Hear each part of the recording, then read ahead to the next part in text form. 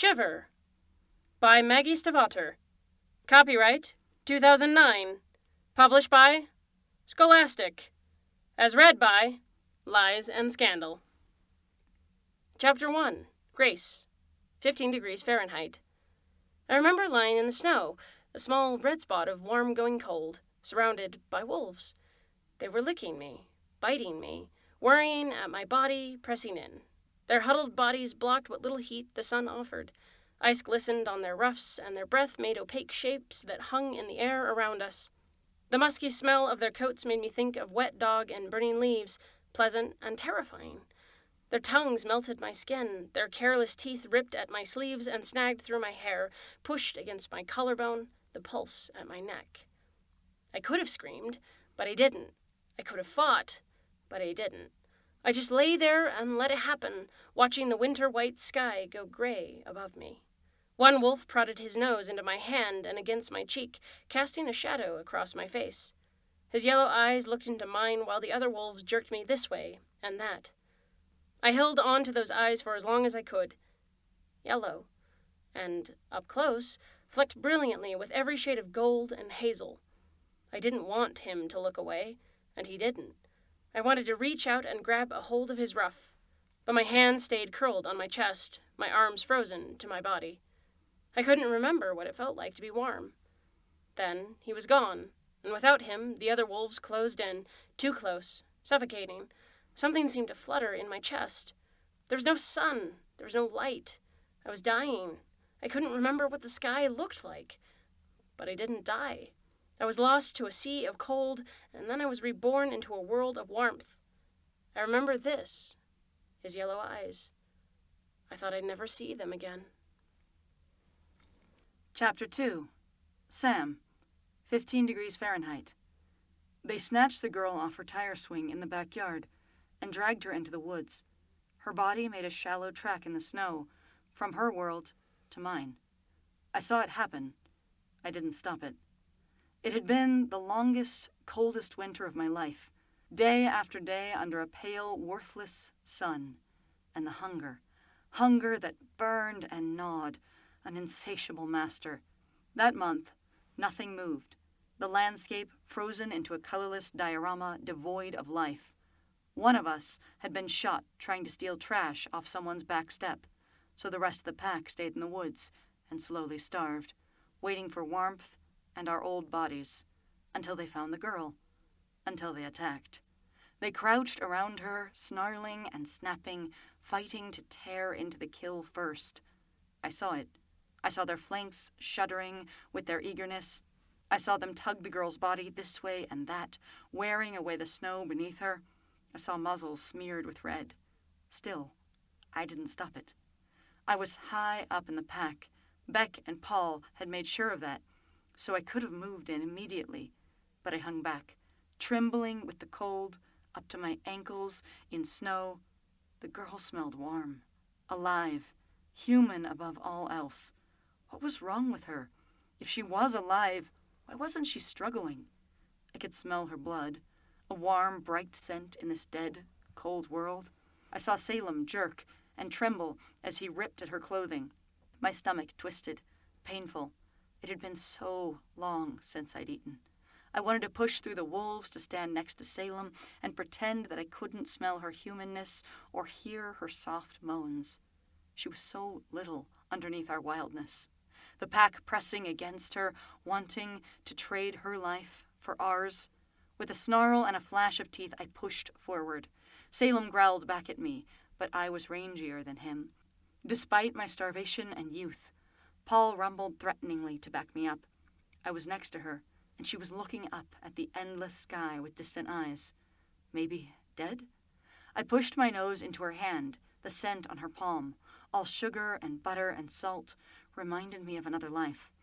Then I saw her eyes, awake, alive. The girl looked right at me, eyes holding mine with such terrible honesty. I backed up, recoiled, starting to shake again. But this time, it wasn't anger that racked my frame. Her eyes on my eyes, her blood on my face. I was tearing apart, inside and outside. Her life, my life. The pack fell back from me, wary. They growled at me, no longer one of them, and they snarled over their prey. I thought she was the most beautiful girl I'd ever seen, a tiny, bloody angel in the snow. And they were going to destroy her. I saw it. I saw her in a way I'd never seen anything before. And I stopped it.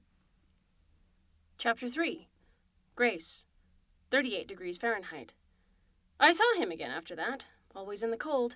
He stood at the edge of the woods in our backyard, his yellow eyes steady on me as I filled the bird feeder or took out the trash, but he never came close.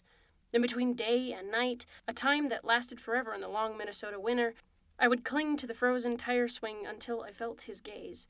Or later, when I'd outgrown the swing, I'd step off the back deck and quietly approach him, hand forward, palm up, eyes lowered. No threat. I was trying to speak his language. But no matter how long I waited, no matter how hard I tried to reach him, he would always melt into the undergrowth before I could cross the distance between us. I was never afraid of him. He was large enough to tear me from my swing, strong enough to knock me down and drag me into the woods. But the ferocity of his body wasn't in his eyes. I remember his gaze, every hue of yellow, and I couldn't be afraid. I knew he wouldn't hurt me. I wanted him to know I wouldn't hurt him. I waited. And waited. And he waited too, though I didn't know what he was waiting for. It felt like I was the only one reaching out. But he was always there, watching me, watching him. Never any closer to me, but never any farther away either. And so it was an unbroken pattern for 6 years, the wolves' haunting presence in the winter and their even more haunting absence in the summer. I didn't really think about the timing. I thought they were wolves. Only wolves. Chapter 4. Sam. 90 degrees Fahrenheit. The day I nearly talked to Grace was the hottest day of my life. Even in the bookstore, which was air-conditioned, the heat crept in around the door and came in through the big picture windows in waves. Behind the counter, I slouched on my stool in the sun and sucked in the summer as if I could hold every drop of it inside of me. As the hours crept by, the afternoon sunlight bleached all the books on the shelves to pale, gilded versions of themselves, and warmed the paper and ink inside the covers so that the smell of unread words hung in the air. This was what I loved, when I was human. I was reading when the door opened with a little ding, admitting a stifling rush of hot air and a group of girls. They were laughing too loudly to need my help. So I kept reading and let them jostle along the walls and talk about everything except books. I don't think I would have given the girls a second thought, except that, at the edge of my vision, I saw one of them sweep up her dark blonde hair and twist it into a long ponytail. The action itself was insignificant, but the movement sent a gasp of scent into the air. I recognized that smell. I knew immediately. It was her. It had to be. I jerked my book up toward my face and risked a glimpse in the girl's direction.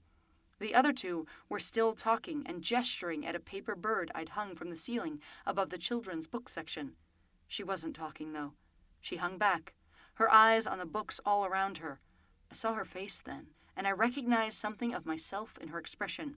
Her eyes flicked over the shelves, seeking possibilities for escape. I had planned 1,000 different versions of this scene in my head. But now, that the moment had come, I didn't know what to do. She was so real here. It was different when she was in her backyard, just reading a book or scribbling homework in a notebook. There, the distance between us was an impossible void. I felt all the reasons to stay away. Here, in the bookstore, with me, she seemed breathtakingly close in a way she hadn't before. There was nothing to stop me from talking to her. Her gaze headed in my direction, and I looked away hurriedly, down at my book. She wouldn't recognize my face, but she would recognize my eyes. I had to believe she would recognize my eyes. I prayed for her to leave so I could breathe again. I prayed for her to buy a book so I would have to talk to her. One of the girls called, "Grace, come over here and look at this. Making the grade, getting into the college of your dreams. That sounds good, right?" I sucked in a slow breath and watched her long sunlit back as she crouched and looked at the SAT prep books with the other girls. There was a certain tilt to her shoulders that seemed to indicate only polite interest. She nodded as they pointed to other books, but she seemed distracted. I watched the way the sunlight streamed through the windows, catching the individual flyaway hairs in her ponytail and turning each one into a shimmering gold strand. Her head moved almost imperceptibly back and forth, with the rhythm of the music playing overhead. "Hey!" I jerked back as a face appeared before me. Not Grace. One of the other girls, dark-haired and tanned. She had a huge camera slung over her shoulder, and she was looking right into my eyes. She didn't say anything, but I knew what she was thinking. Reactions to my eye color ranged from furtive glances to out-and-out staring. At least she was being honest about it. "Do you mind if I take your photo?" she asked. I cast around for an excuse. "Some native people think if you take their photo, you take their soul." It sounds like a very logical argument to me, so sorry, no pictures. I shrugged apologetically. "You can take photos of the store if you like." The third girl pushed up against the camera girl, bushy, light brown hair, tremendously freckled, and radiating so much energy that she exhausted me. "Flirting, Olivia? We don't have time for that. Here, dude, we'll take this one." I took making the grade from her, sparing a quick glance around for Grace. $19.99, I said. My heart was pounding. "For a paperback?" remarked the freckled girl, but she handed me a 20. "Keep the penny." We didn't have a penny jar, but I put it on the counter next to the register.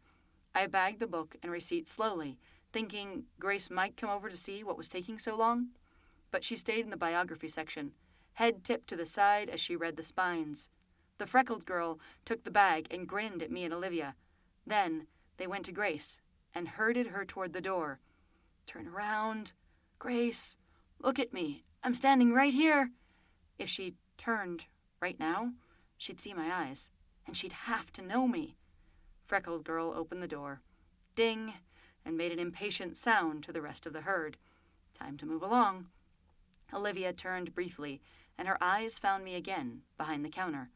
I knew I was staring at them, at Grace, but I couldn't stop. Olivia frowned and ducked out of the store. Freckled girl said, "Grace, come on." My chest ached, my body speaking a language my head didn't quite understand. I waited, but Grace, the only person in the world I wanted to know me, just ran a wanting finger over the cover of one of the new hardcovers and walked out of the store without ever realizing I was there, right within reach. This preview has been created for you by Lies and Scandal Lit. Please like, comment, and subscribe for more quality book previews. Thank you.